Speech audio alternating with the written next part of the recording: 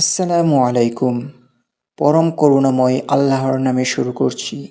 সম্মানিত দর্শক, আমরা এখন রমজানের অত্যন্ত গুরুত্বপূর্ণ সময়ে অবস্থান করছি। আর আমাদের সামনে করোনার চেয়ে সেই মহিমান্বিত রাত, যাকে মহান আল্লাহ তাআলা 1000 মাসের চেয়েও শ্রেষ্ঠ ঘোষণা করেছেন। হ্যাঁ, আমরা কথা বলছি লাইলাতুল কদর বা শবে কদর নিয়ে।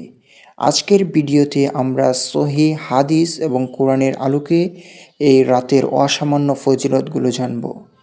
ভিডিওটি শেষ পর্যন্ত দেখার অনুরোধ রইল। শবে কদরের গুরুত্ব বুঝতে আমাদের জন্য আল্লাহ তাআলার এই একটি বাণী যথেষ্ট। আল্লাহ সুবহানাহু ওয়া তাআলা পবিত্র কোরআনে সূরা আল কদরে ইরশাদ করেছেন, বিসমিল্লাহির রহমানির রহিম, লাইলাতুল কদরি খায়রুম মিন আলফি শাহর। অর্থাৎ শবে কদর হল 1000 মাসের চেয়েও শ্রেষ্ঠ। সূরা কদর আয়াত নং 3। অর্থাৎ এই এক রাতে ইবাদত করলে আপনি 83 বছর 4 মাস ইবাদত করার চেয়েও বেশি সওয়াব পাবেন। সুবহানাল্লাহ। রাসূলুল্লাহ সাল্লাল্লাহু আলাইহি ওয়াসাল্লাম ইরশাদ করেছেন, যে ব্যক্তি ঈমানের সাথে সওয়াবের আশায় কদরের রাতে কিয়ামুল লাইল বা নফল নামাজ আদায় করবে, তার পূর্বের গুনাহসমূহ ক্ষমা করে দেওয়া হবে। সহিহ বুখারী হাদিস নং 1901। শবে কদরের রাতে জিবরাইল আলাইহিস সালাম সহ অসংখ্য ফেরেশতা পৃথিবীতে নেমে আসেন।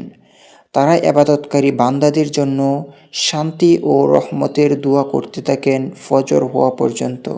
তাফসিরে ইবনে কাসির। মুফাসসিরিনদের মতে এই রাতে পরবর্তী 1 বছরের জন্য মানুষের হায়াত, মৌত এবং রিজিকের ফয়সালা ফেরেশতাদের কাছে হস্তান্তর করা হয়। তাই এই রাতে দোয়া করা অত্যন্ত জরুরি। অনেকে মনে করেন শুধু 87 রমজানই শবে কদর, কিন্তু আল্লাহর রাসূল সাল্লাল্লাহু আলাইহি ওয়াসাল্লাম বলেছেন, তোমরা রমজানের শেষ দশকের বেজোর রাতগুলোতে অর্থাৎ 21, 23, 25, 27 ও 29তম রাতে শবে কদর তালাশ করো। সহিহ বুখারী হাদিস নং 2017। এই মহামূল্যবান রাতে আমরা কি আমল করতে পারি? 1. নফল নামাজ ও দীর্ঘ সময় সেজদা করা। 2. কোরআন তেলাওয়াত করা। 3.